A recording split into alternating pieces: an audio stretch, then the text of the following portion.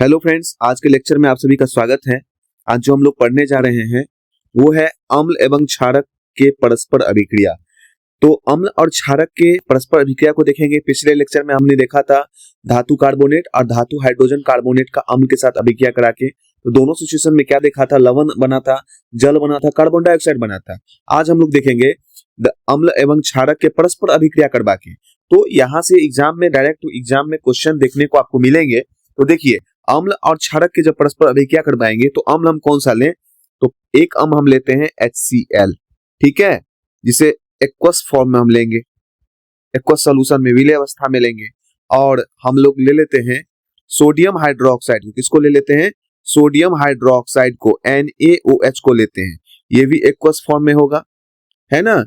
और यहाँ पर आपको क्या देखना है कि ये जो सोडियम हाइड्रोक्साइड है और ये जो HCl अम्ल है, ठीक है, ये दोनों क्या है, कॉन्सेंट्रेट है, सांद्र अम्ल है, असांद्र क्षार है, प्रबल अम्ल है, अप्रबल क्षार है।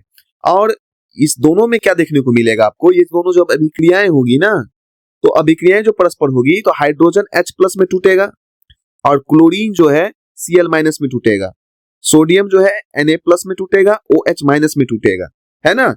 तो यहां पर ये जो क्लोरीन है और ये जो सोडियम है, ये क्लोरीन जो आप देख रहे हो और ये सोडियम, जहां भी रहेंगे फटाक से ये दोनों क्या होते हैं, पक्का दोस्त होते हैं और ये NaCl बना देते हैं।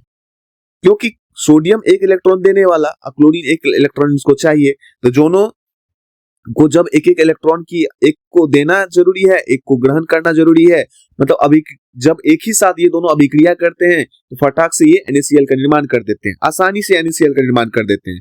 और यहाँ पर अब बच गया क्या, यहाँ पे एक हाइड्रोजन और ये हाइड्रोजन दोनों जुड़ के H2 बना देगा और ऑक्सीजन एक है और इससे बना देगा जल, क्या बना देगा, जल बना देगा। तो यहाँ पे आपने क्या देखा कि ये जो आप देख रहे हो ये क्या है, अम्ल है, ये क्या है, अम्ल है, और ये क्या है, ये क्षार है, यानी सोडियम हाइड्रोक्साइड क्या है, क्षार है, अम्ल है, हाइड्रोक्लोरिक अम्ल है, और यहां पर क्षार है, सोडियम हाइड्रोक्साइड। ये दोनों परस्पर अभिक्रिया किया है तो क्या बना, NaCl, लवण बना, क्या बना, लवण बना, और क्या बना, जल बना।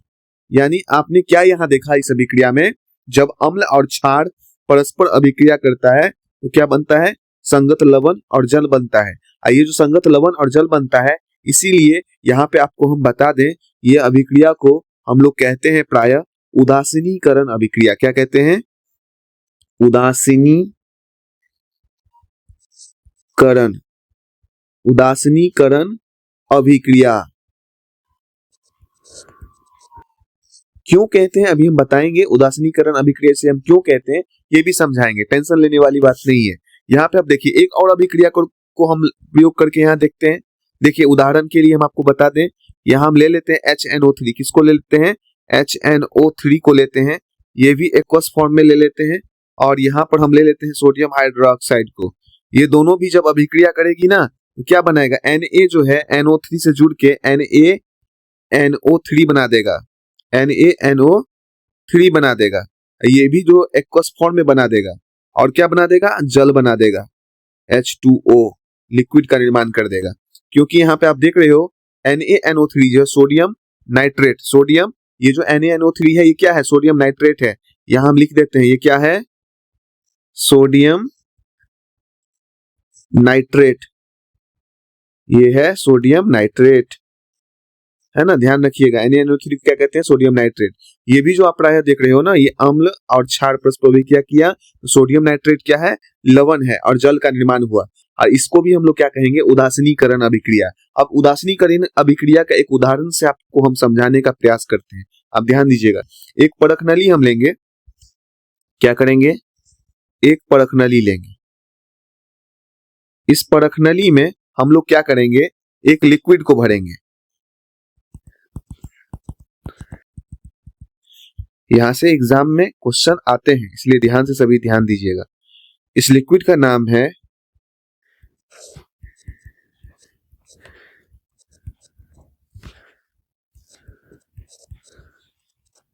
फिनोल्फ्थैलीन। क्या नाम है, फिनोल्फ्थैलीन, ये लिक्विड का नाम है फिनोल्फ्थैलीन। और इसका कोई कलर नहीं होता है, ये सफेद व्हाइट पानी के कलर का होता है। जब इसमें हम अगर अम्ल को, इसमें हम क्या करते हैं, अम्ल को ऐड करते हैं। किसको ऐड करते हैं? अम्ल को। जब इसमें अम्ल को ऐड करते हैं तो इस पे कोई इफेक्ट आपको देखने को नहीं मिलेगा, मतलब इसमें कोई चेंजेस, ये जो पानी का कलर है इसमें कोई चेंज देखने को, परिवर्तन देखने को नहीं मिलेगा। जब ही इसमें हम क्या करते हैं तो क्या होता है, जब ही क्षारक को इसमें हम डालेंगे तो क्या देखने को मिलेगा आपको कि इसका कलर जो है ये पिंक होने लगा है। कैसा होने लगा है? पिंक होने लगा है। इसका कलर पिंक यानी गुलाबी। मतलब जैसे ही क्षारक को डालेंगे तो इसका कलर कैसा होएगा? पिंक होएगा। और क्षारक की मात्रा को अगर हम बढ़ाते जाएंगे तो क्या होगा? यानी क्षारक को डाला तो पिंक हो गया, अब फिर हम इसमें क्या करते हैं, अम्ल को डालते हैं, पिंक हो गया ना इसका कलर, अब फिर इसमें अम्ल को डालते हैं। जब ही अम्ल को डालेंगे तो इसका कलर क्या हो जाएगा? गायब होने लगेगा। यानी अम्ल की क्वांटिटी बढ़ाएंगे तो फिर ये गायब होने लगेगा। तब तक डालेंगे जब तक कि पूरा गायब ना हो जाए। फिर जब ये पूरे गायब होने लगेगा फिर क्या करेंगे, फिर क्षारक को हम डालते हैं। फिर क्षारक को डालेंगे तो फिर इसका कलर कैसे होने लगेगा? पिंक होने लगेगा। फिर अम्ल को डालेंगे तो फिर ये गायब होने लगेगा। मतलब आप क्या देख रहे हो कि अम्ल का प्रभाव क्षारक खत्म कर दे रहा है, क्षारक का प्रभाव अम्ल खत्म कर दे रहा है। यानी अम्ल को डालते हैं तो इसका कलर पिंक होता है, फिर क्षारक की मात्रा को बढ़ाते हैं तो फिर इसका कलर गायब होने लगता है। फिर अम्ल को बढ़ाते हैं तो फिर ये जो है इसका कलर पिंक जो है ये गायब होने लगता है। यानी अम्ल जो है क्षारक का प्रभाव को क्या कर देता है? प्रभाव को जो है खत्म कर देता है, इफेक्ट को खत्म कर देता है। क्षारक जो है अम्ल के प्रभाव को खत्म कर देता है ना। यानी अम्ल जो है, क्षारक जो है, ये जो आप समझ रहे हो ना, इसको उदासीनीकरण अभिक्रिया क्या क्यों कर रहे हैं? क्योंकि अम्ल जो है, क्षारक जब दोनों जो है फेनोप्थेलीन के विलयन में जब इस दोनों का प्रयोग करते हैं और डालते हैं तो अम्ल क्षार को जब डालते हैं तो क्या होता है? इसका कलर पिंक होता है। लेकिन जैसे ही क्षारक की मात्रा को बढ़ा देते हैं तो इसका कलर जो पिंक है वो गायब होने लगता है।